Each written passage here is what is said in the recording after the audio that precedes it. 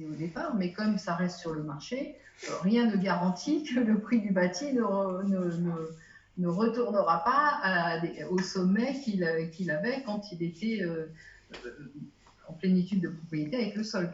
Donc en fait, tout ça est une vaste escroquerie pour générer finalement un loyer à vie des heureux propriétaires du bâti vis-à-vis des malheureux propriétaires, je fais exprès d'en rajouter un peu, vis-à-vis des propriétaires éternels du sol.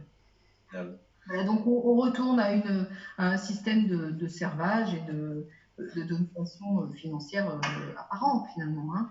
Voilà. Les terres appartiennent au roi, le paysan a le droit de cultiver pour le roi.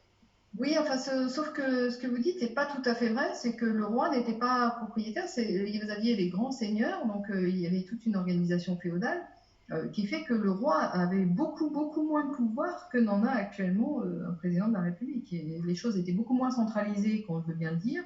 Et puis, j'insiste beaucoup là-dessus, le système monarchique était structurellement beaucoup plus démocratique que ne l'est le système de représentation euh, populaire, le système de parlement représentatif dans lequel nous vivons aujourd'hui, pour la simple et bonne raison que tous les contre-pouvoirs ont été absorbés par le pouvoir économique actuellement, donc c'est un pouvoir hégémonique, alors qu'en période de monarchie, vous aviez une organisation structurellement axée autour du pouvoir temporel et du pouvoir spirituel qui était hiérarchique et qui avait des pouvoirs normatifs qui se faisaient face et qui se contrôlaient l'un l'autre.